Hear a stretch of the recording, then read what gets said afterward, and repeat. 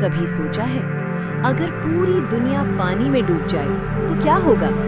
کبھی سوچا ہے جب آسمان سے صرف بارش نہیں بلکہ اللہ کا فیصلہ اترنے لگے اور ایک آدمی، صرف ایک نبی، لوگوں کے مذاق، گالیوں اور دھمکیوں کے بیچ کھڑا ہو کر کہے، میرا رب سچ ہے اور اس کا وعدہ کبھی جھوٹا نہیں ہوتا۔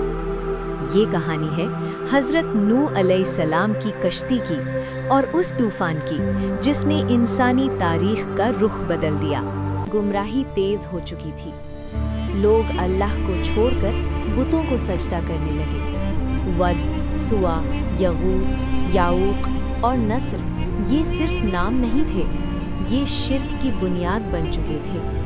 اسی قوم میں اللہ نے اپنا نبی بھیجا، حضرت نوح علیہ السلام۔ وہ اپنی قوم کو دن رات پکارتے رہے، کبھی نرمی سے، کبھی تنہائی میں، کبھی کھلے عام۔ قرآن فرماتا ہے، میں اپنی قوم کو رات اور دن بلاتا رہا، لیکن میری دعوت نے ان کے بھاگنے کو اور بڑھا دیا۔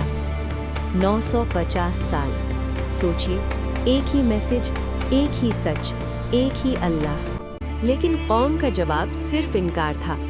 وہ کہتے، یہ تو ہم جیسا ہی انسان ہے، یہ ہمارے باپ دادا کے دین کو بدلنا چاہتا ہے۔ وہ ہنسی اڑاتے، وہ مذاق کرتے، کبھی پتھر بھی مارتے۔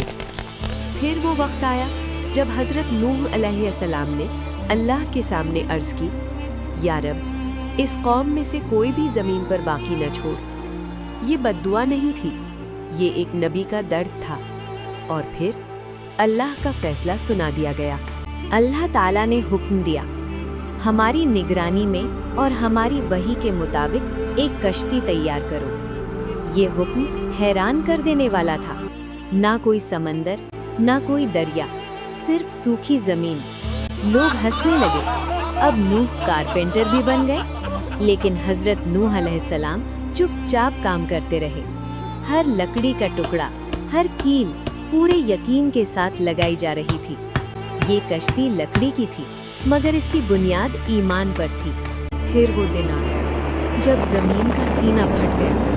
آسمان سے صرف بارش نہیں ہوئی، آسمان کے دروازے کھل گئے، زمین سے پانی نکلنا شروع ہوا، ہر طرف صرف پانی، پانی، پانی۔ قرآن کہتا ہے، آسمان سے تیز بارش برسی اور زمین سے چشمے پھوٹ پڑے۔ اللہ کا حکم آیا، ہر جانور کا ایک جوڑا، اور جو مومن ہیں انہیں کشتی میں سوار کرا دو۔ مومن بہت کم تھے، بہت ہی کم۔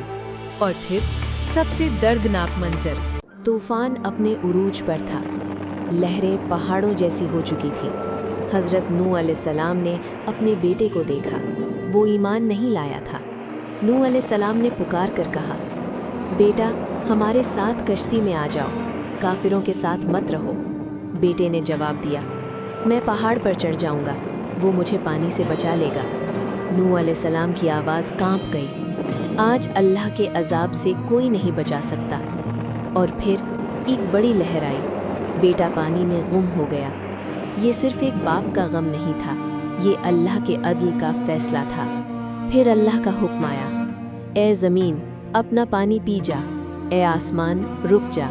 پانی اترنے لگا، کشتی کوہ جدی پر ٹھہر گئی، ہر طرف خاموشی۔